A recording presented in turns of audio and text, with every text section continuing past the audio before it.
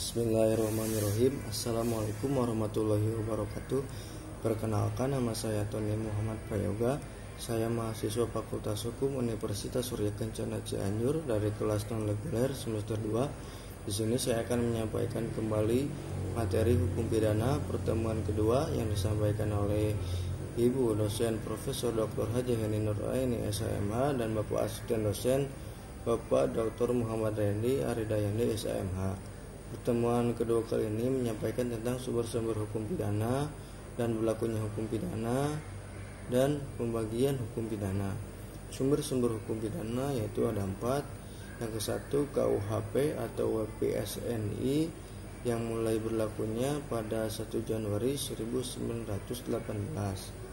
Dan yang kedua, peraturan-peraturan lain yang di luar KUHP seperti Undang-Undang Tindak Pidana Narkotika dan Undang-Undang Tindak Pidana Korupsi. Dan yang ketiga, memori penjelasan KUHP atau MVT. Dan yang keempat, hukum adat atau hukum tidak tertulis.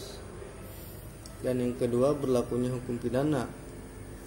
Berlakunya hukum pidana yaitu ada 2. Yang ke-1 menurut waktu atau locus temporis didasarkan pada asas legalitas yang di dalam pasal 1 ayat 1. Dan yang kedua menurut tempat atau locus delicti yang mencakup antar daratan negara, perairan atau laut teritorial yang ditetapkan oleh HI dan udara di atas wilayah negara. Ada beberapa asas yang mencakupnya seperti berikut. Yang ke-1, asas teritorial dalam pasal 2 KUHP dan asas personal atau nasional aktif dalam pasal 5 KUHP. Dan asas pelindungan atau nasional pasif dalam pasal 4 atau dalam pasal 7. Dan yang selanjutnya asas universalitas dan asas ekstradisi, penyerahan, bantuan hukum yang bersifat internasional.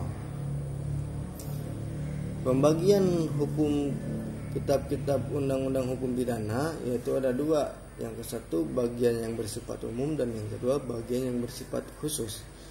Bagian yang bersifat umum adalah berlaku untuk seluruh lapangan hukum pidana, baik yang terdapat dalam KUHP atau di luar KUHP, diatur dalam buku 1 yaitu pasal 1 sampai 103. Yang kedua, bagian khusus mengatur perbuatan-perbuatan mana yang dapat dipidana dan disertai ancaman berupa sanksi bagi yang melanggarnya.